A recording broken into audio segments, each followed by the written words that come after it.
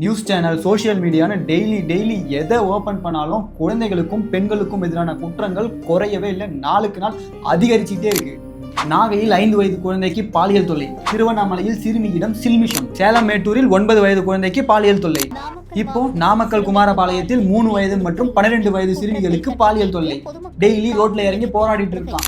இந்த மாதிரி அக்யூஸ்டுங்களால தான் மக்களுக்கு பாதுகாப்பு இல்லைன்னு பார்த்தா சென்னையில் 16 வயது சிறுவனுக்கு மது கொடுத்து பாலியல் வன்கொடுமை, தலைமை காவலர் பணியிடை நீக்கம்.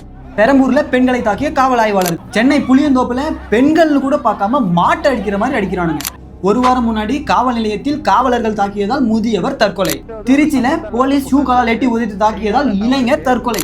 என்ன நடக்குது நம்ம நாட்டுல? உங்களோட அடிப்படை உரிமைகளையும் அடிப்படை சட்டத்தையும் நீங்க தெரிஞ்சுக்காம இருக்கிற வரைக்கும், இந்த மாதிரி அநியாயங்கள் எல்லாம் எதிர்த்து கேள்வி கேட்காம இருக்கிற வரைக்கும் உங்களை அடிக்கிறவன் அடிச்சுக்கிட்டே தான் இருப்பான், நீங்க அடி வாங்கிக்கிட்டே தான் இருக்கணும். அதுக்காக நீங்க போய் சட்ட புத்தகத்தை எடுத்து பக்கமா படிக்க வேண்டிய அவசியம் இல்லை. டெய்லி நீங்க பொழுதுபோக்குக்காக யூஸ் பண்ற மொபைல் போன்ல 2 நிமிஷம் மட்டும் வந்துட்டு போற என்ன ஃபாலோ பண்ணுங்க. உங்களுக்கான அடிப்படை உரிமைகளையும் சட்டத்தையும் நான் சொல்லித்தரேன்.